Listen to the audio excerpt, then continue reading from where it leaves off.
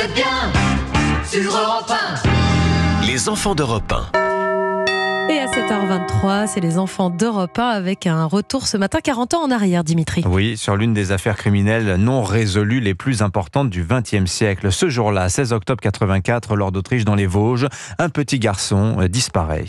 Oui, l'histoire d'un petit garçon de 4 ans retrouvé pieds et poings liés dans la Vologne. Ce jour-là, l'oncle de Grégory reçoit un appel anonyme, un corbeau qui affirme avoir tué le petit garçon. On apprend rapidement que la famille recevait des menaces depuis quelques années. Ils font l'objet d'un odieux chantage de la part d'un inconnu qui leur répète sans cesse qu'il se vengera un jour. Mais se venger de quoi? Seule la famille le sait, sans doute, mais garde un lourd silence dont pour l'heure les enquêteurs ignorent toujours l'origine. Épinal, Laurence Lacour, Europe 1. Une lettre anonyme est envoyée aux parents de Grégory pour revendiquer le crime. Un cousin des Villemains, Bernard Laroche, est désigné en premier et des habitants du village crient leur haine et leur vengeance sur Europe 1. Qu'ils nous le mettent entre les mains quand ils le retrouveront, puis je peux vous dire qu'on le fera bien la peau, et puis c'est tout. Parce que ça, c'est inadmissible. La peine de mort, elle existait, ils avaient qu'à la garder. Puis, les parents du petit Grégory sont soupçonnés à leur tour. Des témoins disent avoir vu la mère de Grégory, Christine Villemain, poster une lettre le jour où le corbeau a posté un courrier revendiquant son crime. La mère de Grégory s'exprime pour la première fois sur Europe 1 en novembre 84. On m'accuse de ne pas dire la vérité sur mon emploi du temps.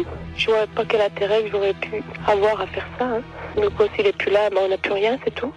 Quelques mois plus tard, le père de Grégory abat le principal suspect, son cousin Bernard Laroche, d'un coup de fusil devant chez lui. Quelques semaines avant ce geste, il prenait la parole sur notre antenne. Ça ne peut être que lui. Vous en êtes convaincu aujourd'hui? Convaincu pour moi, personnellement, oui.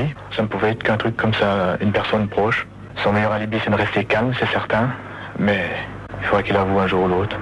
Il est mis en prison et la mère de Grégory est inculpée à son tour parce qu'en plus des analyses graphologiques, des cordelettes identiques à celles qui ont été utilisées pour ligoter l'enfant sont retrouvées chez elle. Ce n'est alors que le début d'une affaire gigantesque dans laquelle 12 000 pièces seront versées au dossier. Et 40 ans plus tard, aucune analyse n'a permis jusqu'à aujourd'hui de démasquer avec certitude le corbeau. Merci à vous, Lord d'Autriche. Merci à Sylvaine Denis aux archives d'Europe 1 et à toute son équipe.